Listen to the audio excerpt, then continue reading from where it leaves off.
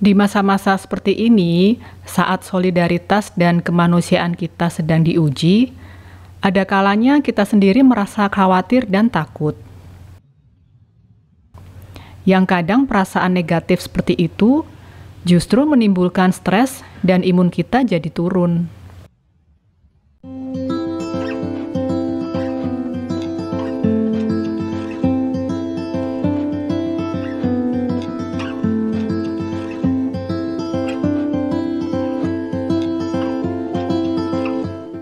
Hai teman-teman semua, apa kabar? Semoga teman-teman selalu sehat dan bahagia. Terima kasih sudah kembali lagi ke channel aku. Dan buat teman-teman yang baru pertama kali nonton video aku, salam kenal, nama aku Maria. Dan ini adalah channel aku Breakfast with Lukas. Di channel ini aku suka membahas topik seputar minimalisme, gaya hidup sederhana, dan bersahaja. Di video kali ini aku ingin sharing beberapa ide atau cara bagaimana kita bisa melakukan self-love untuk diri kita sendiri yang mungkin bisa kita lakukan selama kita menjalani PPKM darurat ini. Sejak menjalani work from home atau bekerja dari rumah selama masa pandemi ini, aku jadi mempunyai kesempatan untuk menikmati kegiatan atau rutinitas harian dengan ritme yang lebih pelan. Dan buatku, ritme yang lebih pelan ini memberikan benefit, yaitu dapat mengurangi stres. Aku menemukan bahwa self-love atau mencintai diri kita sendiri ini dapat menjadi salah satu pendukung untuk meningkatkan imun tubuh. Dan sebagai seorang minimalis newbie, aku menyadari bahwa self-love yang sebenarnya adalah yang bisa memberikan nutrisi yang baik terhadap diri kita. Sehingga diri kita bisa sehat secara spiritually, mentally, bahkan physically.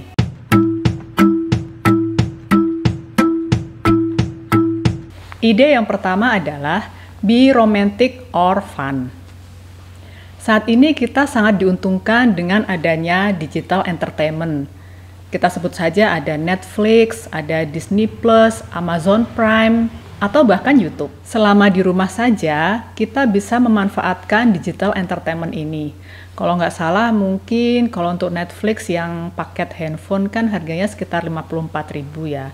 Kita bisa pilih nonton serial yang romantis, atau serial yang lucu, nonton komedi-komedi konyol gitu. Selain platform digital ini, aku juga suka nonton drama Korea. Siapa sih perempuan-perempuan di Indonesia yang nggak menyukai drama Korea? Tapi aku nggak terlalu ngikutin semua drama Korea sih, hanya beberapa serial aja yang menurut aku itu menarik. Nggak semua drama Korea yang direview sama orang-orang itu aku tonton. Kita bisa meluangkan waktu sekitar 1-2 jam untuk nonton serial-serial favorit kita ini. Tapi pastikan bahwa kita nontonnya di luar jam kerja loh ya. Kemudian saranku jangan sampai kita nonton itu binge watching. Jadi karena kita penasaran sama episode berikutnya, kita jadi rela begadang untuk menyelesaikan si serial ini. Karena kurang tidur itu justru bisa menurunkan imun kita. Ide yang kedua adalah mencoba hal baru. Mumpung sedang menikmati pace rutinitas yang lebih lambat, aku jadi mempunyai kesempatan untuk bisa mencoba hal-hal baru. Dari yang paling simple sampai paling ekstrim. Yang paling simple adalah aku bisa mencoba menu masakan baru.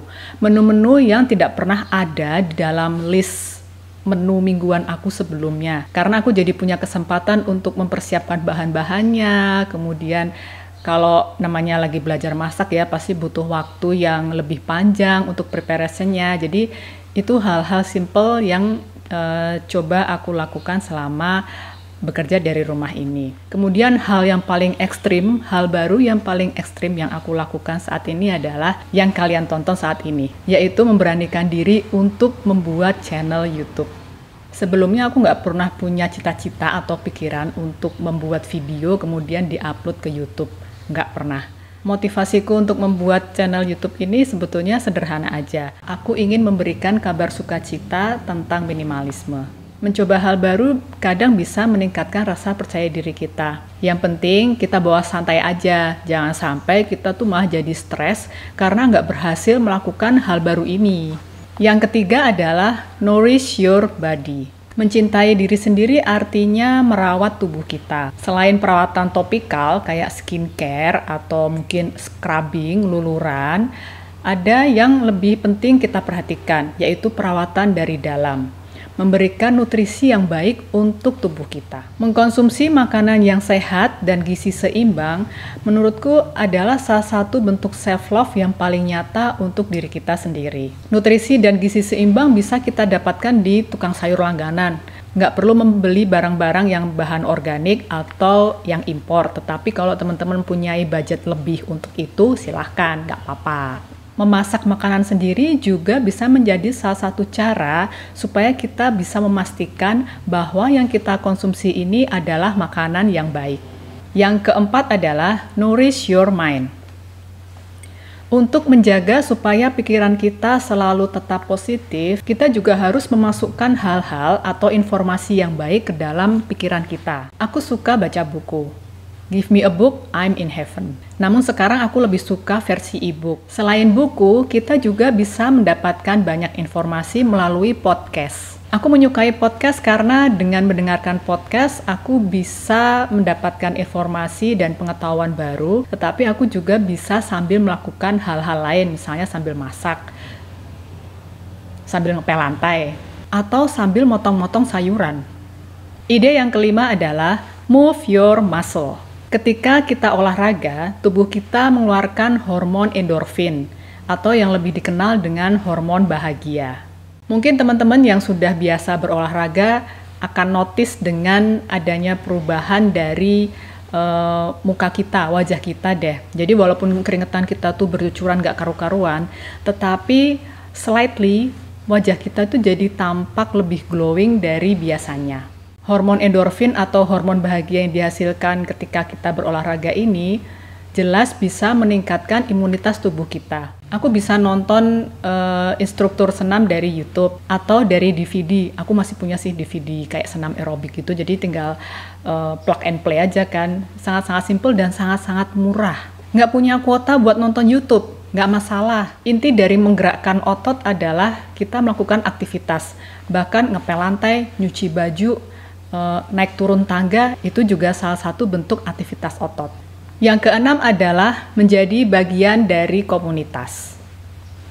Mengikuti sebuah komunitas membantu aku untuk keluar dari lingkar pertemanan yang itu-itu aja. Sejak bekerja dari rumah, aku jadi mempunyai kesempatan untuk mengikuti komunitas-komunitas baru secara online. Salah satu komunitas yang aku ikuti saat ini adalah komunitas berbenah. Dari komunitas ini, aku bisa bertemu dengan teman-teman baru dari berbagai macam daerah di Indonesia. Dan teman-teman di komunitas ini adalah orang-orang yang mempunyai value hampir sama dengan aku, yaitu hidup yang sederhana. Teman-teman di komunitas ini juga memberikan banyak sekali informasi, ilmu pengetahuan, dan insight-insight yang belum pernah aku bayangkan sebelumnya. Melalui komunitas ini, aku jadi merasa kaya dalam tanda petik akan ilmu pengetahuan dan wawasan. Yang ketujuh adalah melakukan hobi.